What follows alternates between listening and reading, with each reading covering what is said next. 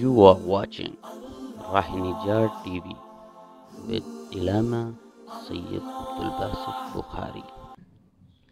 نماز سارے پڑھتے ہیں، ہر بندہ نماز پڑھتا ہے اور پھر اس کو عادت بھی بنا لیتے ہیں، لیکن قرآن پاک میں جتنے بھی مقامات ہیں وہاں پر نماز پڑھنے کا حکم نہیں دیا گیا کہ آپ نماز پڑھیں، وہاں پر نماز کو قائم کرنے کا کہا گیا ہے۔ جو قائم کی جاتی ہے اس میں اور پڑھنے میں بڑا فرق ہوتا ہے۔ پڑھتا وہ ہے جسے عادت ہو جائے، جسے یا پھر عمر ایسے حصے میں آ جاتی ہے، پھر کوئی کام نہیں ملتا، پھر وہ مسجد میں ہی آ جاتا ہے۔ لیکن قائم وہ کرتا ہے کہ جب جوانی میں قدم رکھتا ہے، جب وہ شریعت محمد مصطفیٰ کریم صلی اللہ علیہ وآلہ وسلم کو پڑھتا ہے، جب وہ لڑکپن، جوانی، پھر بڑھاپے میں قدم رکھتا ہے، پھر وہ نماز کو قائم کرنا شروع کرتا ہے۔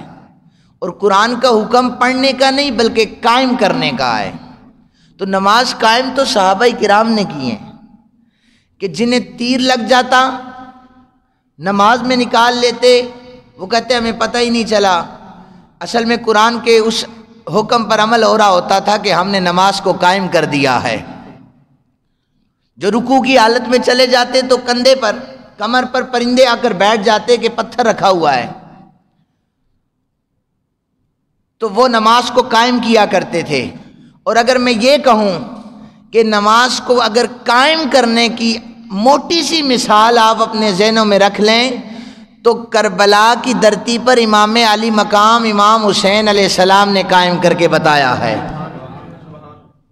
امام علی مقام رضی اللہ تعالی عنہ نے اپنے سر کو تن سے جدا کر دیا، لیکن سجدہ اسی طرح قائم ہے۔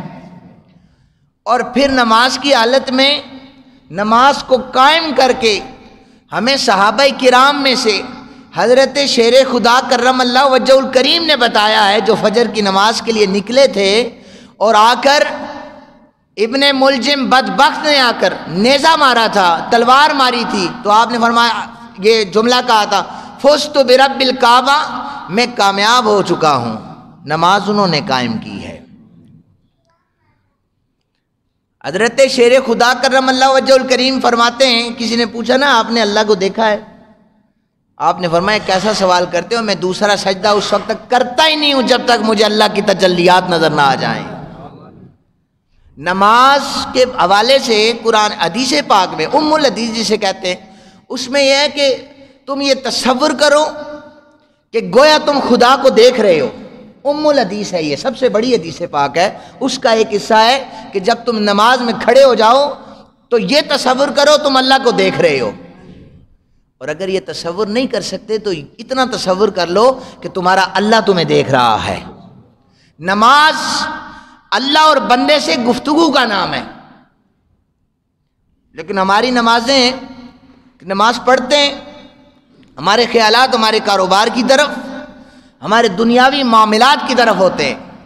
جلد بازی میں ہم سجدے دے دیتے ہیں، یہ نہیں سمجھ آتی کہ سجدہ جس وحدہ لا شریک کو کیا جا رہا ہے، اصل میں ہمارے کاروبار تو اسے سجدہ دیں گے تو ان میں برکتیں وہ مالک ڈالے گا، اس کے آگے جھکیں گے، خوشی اور خضوع پیدا کریں گے، تو فرمایا قد افلح المؤمنون، پھر مومن کامیاب ہو جائے گا۔